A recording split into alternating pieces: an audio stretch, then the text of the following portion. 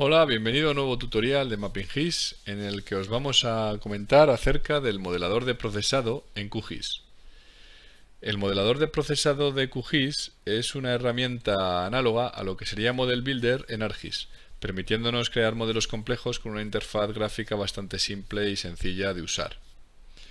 Los motivos por los que usar un modelo son varios, pero fundamentalmente vamos a destacar la claridad, ya que nos permite ver de forma gráfica cómo procesaremos la información, la eficiencia, ya que nos permite borrar datos intermedios, lo que en ocasiones solemos olvidar, generando confusiones en los resultados finales, y que se trata de archivos reciclables, los modelos son reciclables, por lo que podemos correr el mismo proceso una y otra vez con la posibilidad de cambiar parámetros prediciendo distintos escenarios.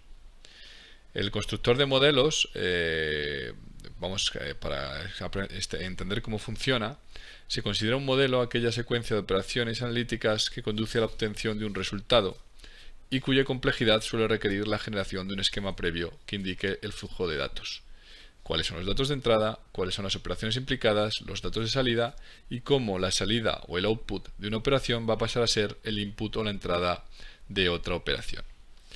Bien, podemos localizar el modelador de procesado de QGIS dentro de la caja de herramientas, dentro del árbol modelos. Si desplegamos Tools, obtendremos tres formas de acceso al mismo. En primer lugar, para crear un modelo nuevo, pues haríamos clic en Create New Model. Bien, el modelador presenta una interfaz en la que se muestra la estructura del modelo y el flujo de trabajo que representa. En la parte izquierda de dicha interfaz encontramos un panel con dos pestañas que se emplean para agregar nuevos elementos al modelo. La creación de un modelo se compone de dos pasos fundamentales. Primero, la definición de los inputs necesarios, que se añaden a la ventana de parámetros, y después la definición del flujo de trabajo utilizando los datos de entrada del modelo, definiendo mediante la edición de algoritmos y seleccionando cómo se usan esos inputs o outputs que hemos comentado antes. Pues bien, el objetivo de esta práctica es mostrarte cómo crear un modelo para generar una localización espacial una unión espacial o spatial join de los atributos de una capa de municipios sobre una capa de zonas arqueológicas ubicadas en los mismos.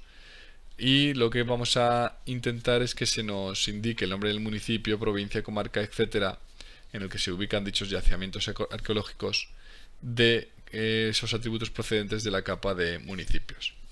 Una vez se haya realizado dicha operación, vamos a generar también un buffer sobre la capa resultante para hacer así un modelo algo más complejo. El resultado final, por supuesto, será una capa de tipo poligonal con el área de influencia que especifiquemos y que recoja todos los datos referentes al municipio al que pertenecen las zonas arqueológicas extraídos de la capa de municipios. Bien, en primer lugar, vamos a cargar las capas que vamos a emplear en un proyecto en blanco en QGIS. Para ello, cerramos previamente el modelo. Para ello, accedemos a la herramienta Añadir capas vectoriales. Vamos a añadir, como decimos, las capas que vamos a emplear. En este caso, vamos a filtrar por Save File. Se trata de las capas de municipios y de zonas arqueológicas, como hemos comentado. Bien, como puedes observar, este conjunto de zonas arqueológicas se localizan en determinados municipios de nuestras capas.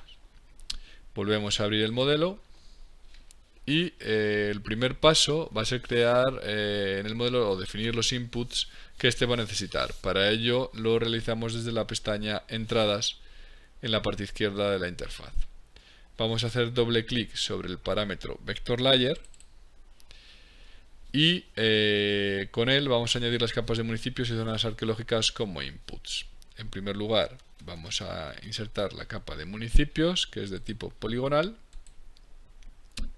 Hacemos clic en aceptar, dejamos el parámetro requerido sí para que esta capa sea un parámetro del modelo.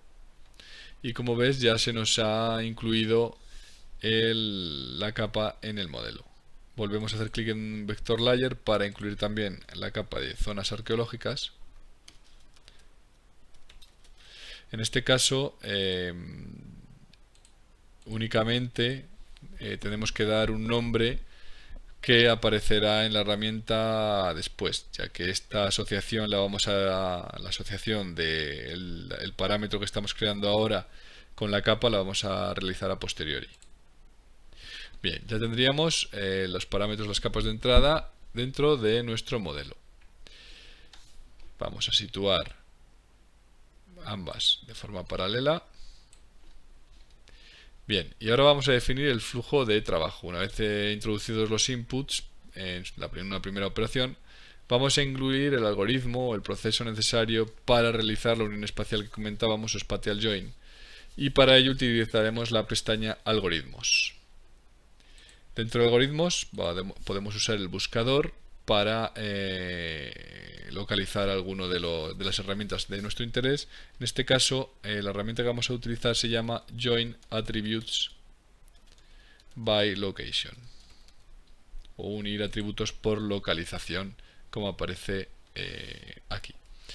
Pues bien, haríamos doble clic sobre la herramienta y aparecería la ventana de configuración de la misma. En primer lugar, la capa vectorial objetivo sería zonas arqueológicas, y la unión la vamos a realizar de la capa de municipios, que es la que contiene los parámetros, los campos, perdón, que es lo que nos interesa.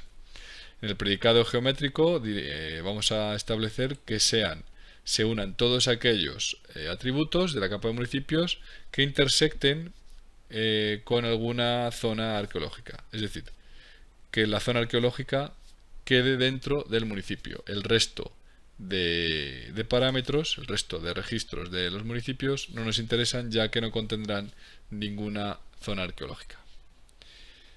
En el resumen de atributos vamos a dejar como tomar atributos del primer objeto espacial localizado en caso de que existieran más de una zona arqueológica. Las estadísticas para el resumen dejamos las que aparecen por defecto, y en tabla unida vamos a dejar la opción de mantener todos los registros coincidentes, evitando los registros que no coinciden con el destino. Pues bien, de momento no vamos a indicar ningún nombre a la capa unida o a la capa resultado, ya que no es la capa final de nuestro modelo. Y para no sobrecargar, por tanto, de capas y de información nuestro PC, pues lo dejaremos como una capa temporal. Aceptamos y, como puedes ver, se nos ha añadido el algoritmo a la interfaz del modelador. Por un lado estarán los parámetros que hemos introducido en la herramienta, y por otro lado, en este caso con el nombre de capa unida, el resultado de generar dicha operación. Bien, como puedes observar, automáticamente se han conectado las capas a la herramienta. Vamos a introducir ahora el segundo algoritmo que forma parte del modelo, que sería Buffer, y para ello nos vamos a valer de nuevo del buscador de algoritmos. En este caso vamos a escoger la herramienta Buffer de distancia fija de los algoritmos de QGIS. Volvemos a hacer doble clic sobre él y se nos abre la ventana de la misma. Introducimos los parámetros que nos interesan. En este caso, la capa de entrada será la capa resultado del algoritmo Join Attributes by Location. Vamos a establecer una distancia de buffer de 2000 metros, 2 kilómetros. En segmentos a unir vamos a dejar por defecto el valor 5. No vamos a disolver el resultado, y ahora sí vamos a indicar en la capa final, el resultado de la herramienta, nuestra capa final, que se va a llamar zonas arqueomunicipios. Pues bien, hacemos clic en aceptar y el algoritmo vuelve a añadirse a la interfaz del modelo. Como puedes ver, como ahora sí que hemos indicado que vamos a generar una capa física, en Node ya no solo aparece, como en el caso anterior, una descripción del resultado, sino que ya aparece un nuevo parámetro dentro del modelo. Pues bien, tras haber otorgado el nombre a la capa resultado, se genera este resultado estable que lo vamos a llamar zonas arqueo-municipios. Los elementos del modelo, como puedes ver, pueden ser arrastrados a una posición diferente dentro de la interfaz para cambiar la forma de visualización de la estructura del modelo y hacerlo más claro e intuitivo. Los vínculos entre los elementos se actualizarán automáticamente. Podemos guardar el modelo creado para poder reutilizarlo posteriormente con la única necesidad de modificar los inputs del mismo. Para ello has de indicar el nombre del modelo y del grupo pulsando el botón guardar. En este caso tenemos que rellenar primero estos parámetros. Vamos a llamar este como modelo ejercicio 1 si estás dentro del conjunto de nuestros ejercicios, que corresponde a la unidad 4 de nuestro curso. Ahora sí, si hacemos clic en guardar, nos abrirá una pestaña, una ventana donde indicaremos si queremos guardarlo dentro del directorio de modelos de la instalación de QGIS. De nuevo indicamos el nombre, modelo ejercicio 1, y hacemos clic en guardar. Aparece un mensaje indicándonos de que el modelo se guardó correctamente. Pues bien, por último vamos a ejecutar el modelo haciendo clic en el botón ejecutar, que sería este de aquí.